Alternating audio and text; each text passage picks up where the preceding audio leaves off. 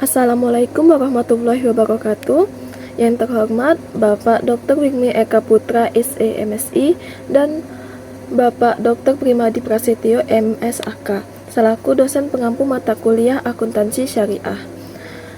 Baiklah, pada kesempatan kali ini saya Tiara Loviana dengan NIM C1C023112 akan mempresentasikan materi yang berjudul Sumber Hukum Islam. Baiklah, langsung saja kita masuk ke materinya. Baiklah, langsung saja masuk pada materi yang pertama, yaitu jenis dan definisi sumber hukum Islam. Nah, definisi umum dari sumber hukum Islam ini adalah dasar atau rujukan untuk menentukan apakah suatu perbuatan manusia sesuai dengan syariah atau tidak.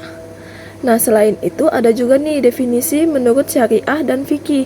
Nah, menurut syariah itu sumber hukum Islam adalah hukum Allah yang hanya bersumber pada Al-Quran dan Sunnah.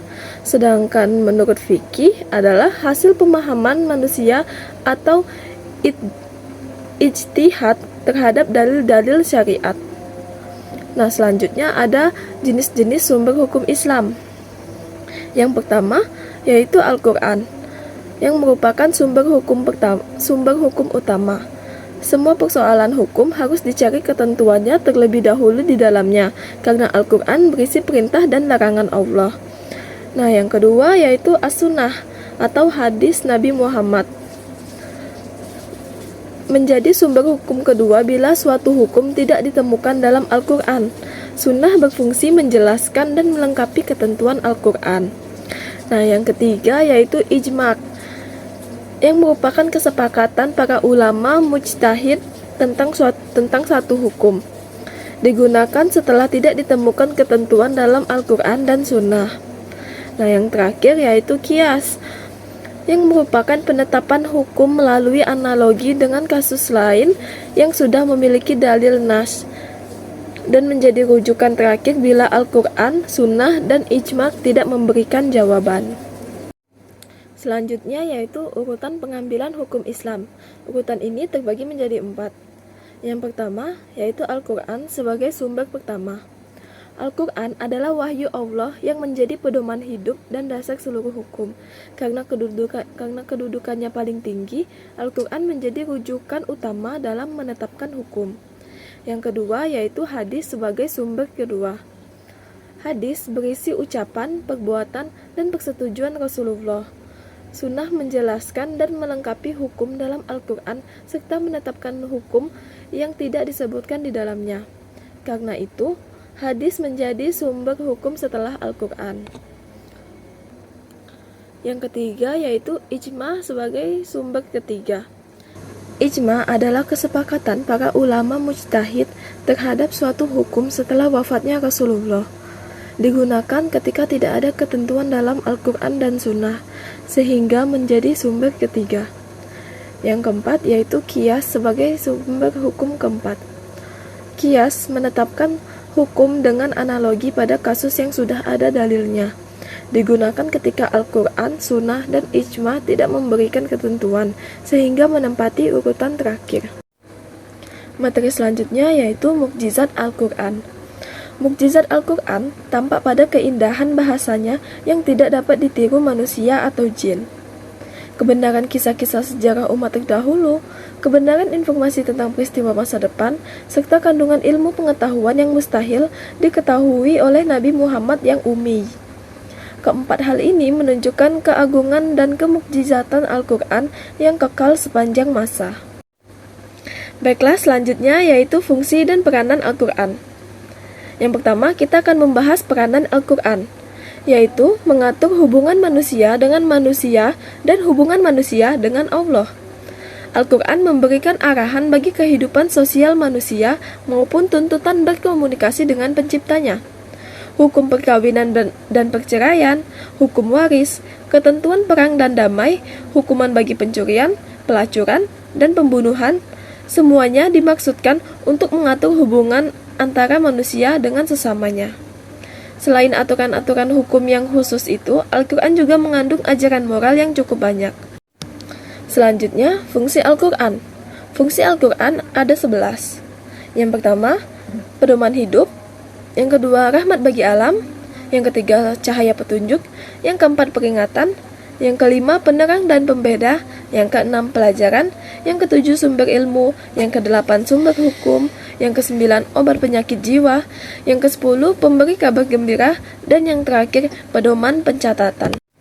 Materi selanjutnya yaitu fungsi as-sunnah. Sebelum kita memasuki materi fungsinya, ada baiknya kita mengetahui dulu apa itu as-sunnah.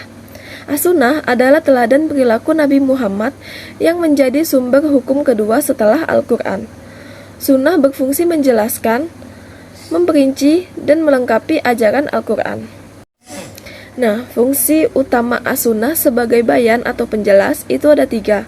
Yang pertama, yaitu menetapkan dan menegaskan hukum yang sudah ada dalam Al-Quran. Contohnya penegasan rukun Islam melalui sabda Nabi. Yang kedua, yaitu menjelaskan hal yang global atau samar, seperti merinci hukum yang masih umum, mengkhususkan yang umum, dan membatasi hukum yang bersifat mutlak. Contohnya, cara sholat dijelaskan oleh Nabi. Yang ketiga, yaitu menetapkan hukum baru yang belum ada dalam Al-Quran. Contohnya, larangan menikahi seorang perempuan bersama bibinya. Materi selanjutnya yaitu fungsi ijma'. Ijma' merupakan kesepakatan dari seluruh ulama mujtahid tentang suatu hukum syara mengenai satu kasus setelah Rasulullah wafat. Ijma' berfungsi sebagai penetapan hukum yang pasti dan mengikat karena merupakan kesepakatan para ulama mujtahid. Ia menjadi rujukan ketika tidak ada dalil jelas dalam Al-Quran dan Sunnah, serta berperan sebagai ijtihad kolektif untuk menetapkan hukum demi kemaslahatan umat. Kedudukannya sebagai sumber hukum diperkuat oleh dalil Al-Quran dan hadis yang menyatakan bahwa umat tidak akan bersepakat dalam kesesatan. Baiklah, kita memasuki materi yang terakhir yaitu fungsi qiyas. Qiyas adalah penetapan hukum untuk masalah baru dengan menyamakannya pada kasus yang sudah memiliki dalil karena keduanya memiliki alasan hukum yang sama. Melalui qiyas, hukum yang ada dapat diperluas penerapannya, sekaligus memberikan ruang bagi akal untuk berperan dalam proses pengambilan hukum.